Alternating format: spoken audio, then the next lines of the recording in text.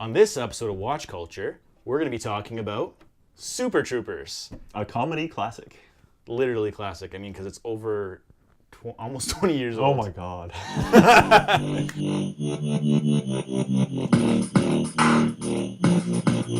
All right, we're back for another episode of Watch Culture, the show where we give you recommendations on movies to watch.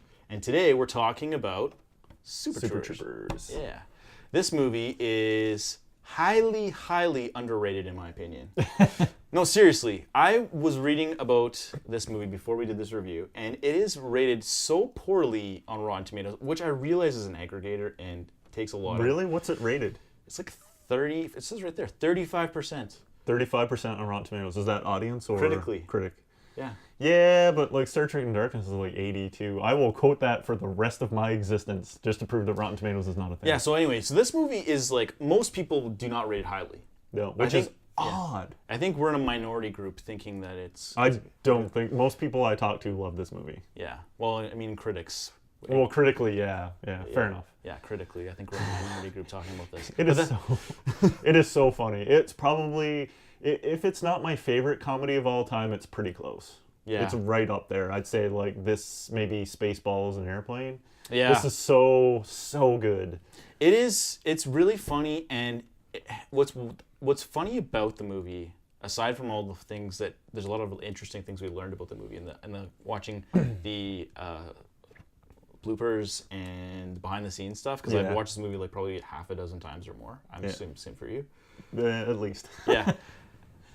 On top of all that, the content and the fact that these guys are a comedy troupe and they hadn't had a professional television show or anything before they made this movie is amazing when you really think about it. Yeah, and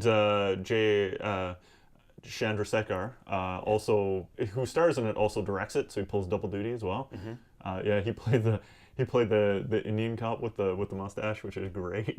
Yeah, Ramathorn, right? Yeah. Yeah, because Car Ramrod. Yeah. Car Ramrod. So, see, if you've seen the movie, you would laugh at right. that joke because it's so great. Yeah, so there's a lot of great things about the comedy in this movie, and it's one of those movies where if you've seen it enough times, or even if you've just seen it once, it's very quotable. It's extremely quotable. Yeah. Like, I'll tell you right, meow. Yeah. It's just a bunch of guys like goofing around, having fun, like being traffic cops, basically highway patrolmen. Yeah, what separates it from a lot of other comedies is it's not all highbrow or all lowbrow humor. It kind of hits in between, hits different marks. Yeah, and it has an interesting turn for Brian Cox as the chief. Is he a chief? Anyway, the guy who like runs the highway patrol station, right? Yeah. That guy is typically not a comedian in his roles. And in this movie, he plays a hilariously, disenfranchised police chief. He's a straight man, essentially. Yeah. And he just does a phenomenal... He's so funny in that movie. Yeah. He's so great. Yeah, so you got Kevin Heffernan, and you've got Steve Lemmy, and Eric... Stolhansky. Yeah, I don't know how to pronounce his name. Eric Stolhansky. And then the other guy is... it says Paul Sauter. I don't know how to pronounce his name. Yeah. But it's a troop of 5 guys. They're all playing highway patrolmen, and the concept of the movie is that they're bored with their jobs, so they're constantly finding ways to entertain themselves. And then the twist or the turning point of the movie is when they realize that their station is going to get shut down and be taken over by the local police. Yeah. So they get into a turf war with the local police to try and prove their worth and solve a big drug case. Right? Yeah. Also, who plays the, I think it's the Congresswoman, Linda Carter, freaking Wonder Woman. Yeah, Wonder Woman is in this movie. That's hilarious. Like, she just pops in for a few minutes, but like, yeah, just the fact that she's in it, I don't know how they convinced her to do it, but it's great, and they're doing a sequel coming out this year in 2018. Yes. It promises to be good. Yeah, on 420, of course. Yeah, because of course. Because why not? And they've got some bigger names in it this time. They've got so they've got from he was in Parks and Rec. The guy who plays. He was in The West Wing as well. Yeah, you know. I know what you're talking about. I don't remember the guy's name. We'll put it in post. Well, yeah, exactly. We'll just fix it in post and put it in. So anyway, Rob Lowe. Yeah, it's Rob Lowe's going to be in it, so it's going to be It looks. I've seen the trailer. It looks really funny as well. So looks like it might be one of those sequels that measures up to the original. But because Broken Lizard did do a fair number of films after Super Troopers, but none of them really ever hit the same level of popularity. I really think that Club Dread is highly underrated. I know a lot of people didn't like it because Scary Movie came out at the same time as Club Dread did, and I think Club Dread is like it hits a lot of horror tropes it's really funny. Yeah, that's fair. I like Club Dread. Yeah. The rest of them though, not so much.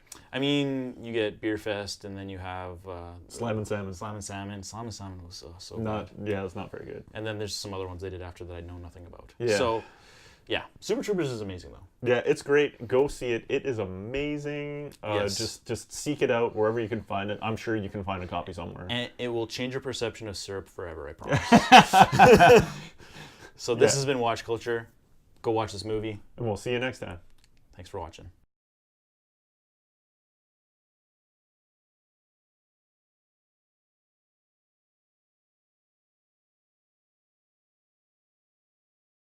Hi, welcome to another episode of Crosstalk. My name's Mike, and today we're going to discuss why the cinematic masterpiece that is Armageddon is an instant classic.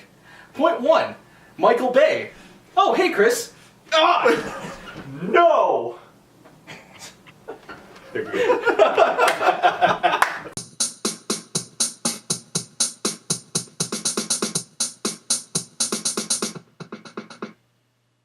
What's that one scene where Brian Cox like runs into them at the firing range, and he's like, when I did this scene, we used to use blanks. Just they had him in a jock or whatever. A metal jock, and they're shooting him, and he's like, we use blanks. You guys are sick. Brian Cox doesn't do a lot of comedy, but goddamn, he's hilarious in that. He's so funny.